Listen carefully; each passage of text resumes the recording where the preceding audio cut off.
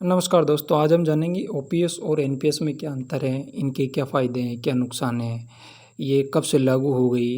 इन कई बार मिथ घटनाओं के कारण हम इनके ऊपर उँगली उठाते हैं, लेकिन सच्चाई क्या है इसको जानना है। कई बार राजनीतिक मुद्दा भी बन जाता है, तो हमें इसके बारे में पूर्ण जानकारी लेनी होगी। आप वीडियो को अंत तक बने रहें, पूरी एक-एक बारीकी से मैंने वीडियो बनाए हैं, तो पूरा वीडियो देखें और अंत में अपना पक्ष रखें। मैं इसकी शुरुआत करूँगा ओपीएस का जो इतिहास क्या है उससे। इतिहास की शुरुआत 1881 से शुरू हुई। 1924 में ली कमीशन ने 50% पेंशन के रूप में शुरू भी किया था। इसके बाद 1994 में विश्व बैंक की एक नीति रिपोर्ट भी जारी की गई थी। इसमें बताया गया कि नीति अनुसंधान रिपोर्ट, जिसमें शीर्षक भी था बुढ़ापे के संकट को टालना दुनिया भर में।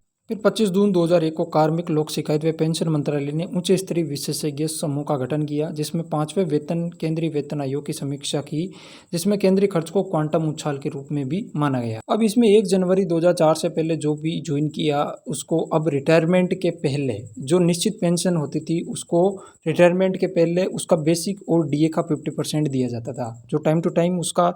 वर्तमान 2022-23 के आंकड़ों की बात करें तो केंद्र सरकार को कुल 2.07 लाख करोड़ का सिर्फ पुरानी पेंशन पर खर्च आया है, और राज्यों की बात की जाए तो 4,63,436.9 करोड़ का खर्च सिर्फ पुरानी पेंशन देने में हुआ है।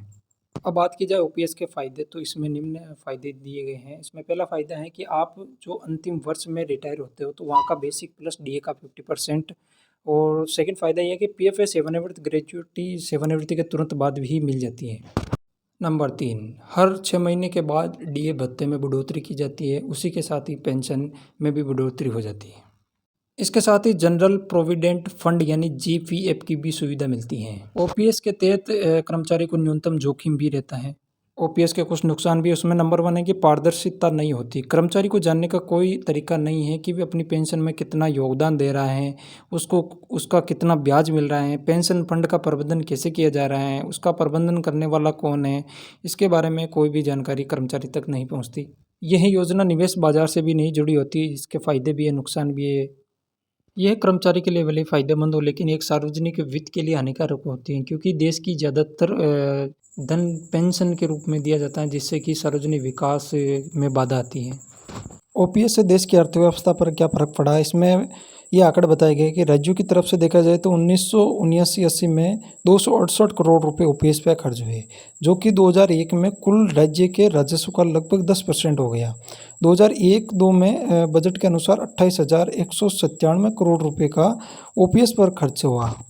1980 से 2002 में राज्यों को कुल राजस्व में 14.3% की बढ़ोतरी हुई। उसी के साथ पेंशन का भार भी 23.6% तक बढ़ गया। इसी के साथ 1990-91 में संयुक्त राज्यों का खर्च 3131 करोड़ रुपए था, जो कि 2020-21 में 125 गुना बढ़कर 3,86,001 करोड़ रुपए। केंद्र सरकार के खर्चे की जाए तो 1990-91 में केंद्र का पेंशन व्यय जीडीपी का 0.38% और शुद्ध राजस्व का 3.9% यानी कि 2138 करोड़ रुपए का था, जो कि 2003-04 में बढ़कर जीडीपी का 0.56% व शुद्ध राजस्व का 5.8% हो गए, यानी कि लगभग 15,367 करोड़ रुपए, और 2020-21 में बढ़कर 1,90,886 ओपीएस के कुछ फैक्ट्स भी हैं जिनमें यह जाना गया कि केरल, पंजाब, हरियाणा में लागू है, जो कुल राजस्व का 35% से ज़्यादा भी हिस्सा कवर करती है, जो विकासात्मक योग में एक बाधा भी है। इसके साथ ही पश्चिम बंगाल और त्रिपुरा ऐसे राज्य हैं जिन्होंने 1 जनवरी 2004 से एनपीएस लागू के बाद भी ओपीएस तुरंत रद्द नहीं किया। 2 दशकों तक खत्म होने के बाद भी राजनीतिक फायदा कहूँ या फिर कर्मचारी के विरोध में छत्तीसगढ़, राजस्थान, झारखंड, पंजाब, हिमाचल ने ओपीएस फिर से लागू की। ओपीएस लागू राज्य में एक हिमाचल प्रदेश की झलक दिखाता हूँ, जिसमें 2004 और 5 में राज्य बजट में 1252 करोड़ रुपए की प्राप्ति हुई थी, जिसमें से 591 करोड़ रुपए पेंशन पे खर्च हुआ। 2020-21-22 के लिए बात करें तो 9282 करोड़ रुपए राजस्व प्राप्ति हुई, जिसमें से 7,082 करोड़ रुपए पेंशन पर खर्च हुए। मौजूदा अगर बात की जाए तो 74,622 करोड़ रुपए का शुद्ध कर्जा हिमाचल प्रदेश पर है। बात की जाएगी एनपीएस की, न्यू पेंशन स्कीम, जो 1 जनवरी 2004 के बाद जो भी ज्वाइन करेगा उस पर लागू की जाएगी। इसके जिसमें इसका भुगतान सरकार की ट्रेजरी के जरिए होता है। ये शेयर बाजार पर आधारित होती हैं, जो कि 10 अक्टूबर 2003 को भारत सरकार को पेंशन निधि विनियामक व विकास प्राधिकरण स्थापित किया। एनपीएस 1 जनवरी 2004 के बाद लागू किया। प्रमुख लाभ की बात की जाए तो सैलरी का 10% कटौती व 14% सरकार जमा करती है। इसमें शेयर बाजार पर निर्भरता भी रहेगी। पेंशन लास्ट डे के शेयर मार्केट के आधार पर कैलकुलेट किया जाएगा और पारदर्शिता भी रहेगी कि ये कितना परसेंट हमारा कट रहा है, कितना सरकार दे रही है और कहाँ पर पैसा लगाया जा रहा है। इसमें गवर्नमेंट की तरफ से कर्मचारी को कर लाभ भी दिया जाता है। इसके अंदर मैच्योरिटी के बाद 60% पैसा निकाल सकते हैं और 40% के आधार पर मासिक पेंशन तय की जाती है। अगर बात की जाए एनपीएस के नुकसान के, तो इनमें नंबर 1 पर है इक्विटी में सीमित एक्सपोजर की सुविधा भी मिलती है। सर्वश्रेष्ठ एनपीएस फंड मैनेजर चुनने में बहुत ज़्यादा जटिलताएं होती हैं, जिससे कई कर्मचारी परेशान भी हो जाते हैं। नंबर 3 पे निकासी सीमा एनपीएस लॉक इन अवधि, जिसके अंदर पेंशन खाते से निकासी पर प्रतिबंध भी लगा दिया जाता है। और नंबर 4 पर इसमें बताया गया है कि शेयर मार्केट के आधार पर आपकी पेंशन तय की जाती है, तो उसमें लास्ट डे पर अगर किस्मत खराब हो, शेयर मार्केट अगर डूबा हुआ हो, तो पूरी लाइफ भी उसके अंदर बर्बाद हो जाती है। पेंशन कर्मचारी की मृत्यु हो जाए तो जो 40% के आधार पर मासिक पेंशन तय की जाती है, वो पैसा भी डूब जाएगा, उसका भी कोई फ़ायदा नहीं मिलेगा। ओपीएस को वापस लागू करने के संदर्भ में कुछ महत्वपूर्ण व्यक्तियों द्वारा कहे गए कुछ कथन भी दिए गए हैं, जो मैं आपको बताता हूँ। जिसमें निर्मला सीतारमण जी ने कहा था कि हमें एक ऊंची संतुलन पर ध्यान देना चाहिए। आने वाले पीढ़ियों के बारे में हम क्या छोड़ रहे हैं, इस पर भी हमें सोचना चाहिए। अर्थव्यवस्था के बारे में हम क्या सोच रहे हैं।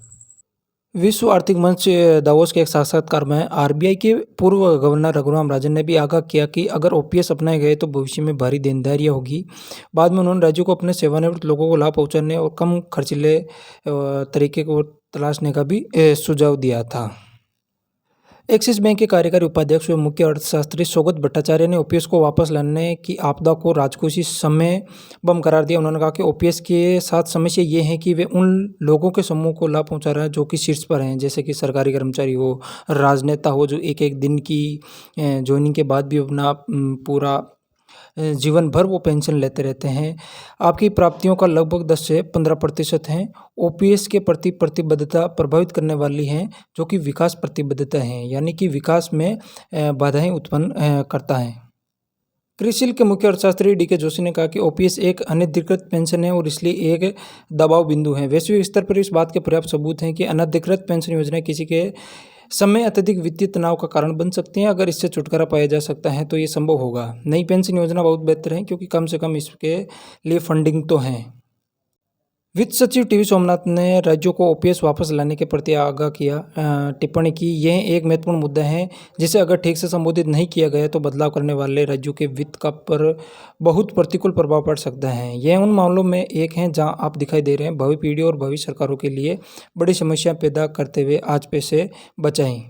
आरबीआई ने राज्य वित्त के जोखिम विश्लेषण पर 2022 में एक बुलेटिन जारी की। उसमें उन्होंने यही चीज़ बता दी कि एनपीएस के तहत वर्तमान में 2004-05 से भर्ती लोग 34 में सेवानिवृत्त होंगे। राज्य पर इससे काफ़ी तरह से वित्त का प्रभाव पड़ेगा।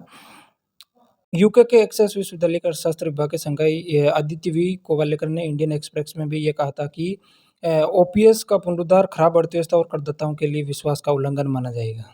मेहनत के लिए लाइक करें, चैनल सब्सक्राइब करें और अपने दोस्तों को, सरकारी कर्मचारियों को ये वीडियो भेजें, जिससे पता लग सके कि ओपीएस और एनपीएस में मुख्य अंतर क्या है और क्या सही है, क्या गलत है। जय हिंद, जय भारत।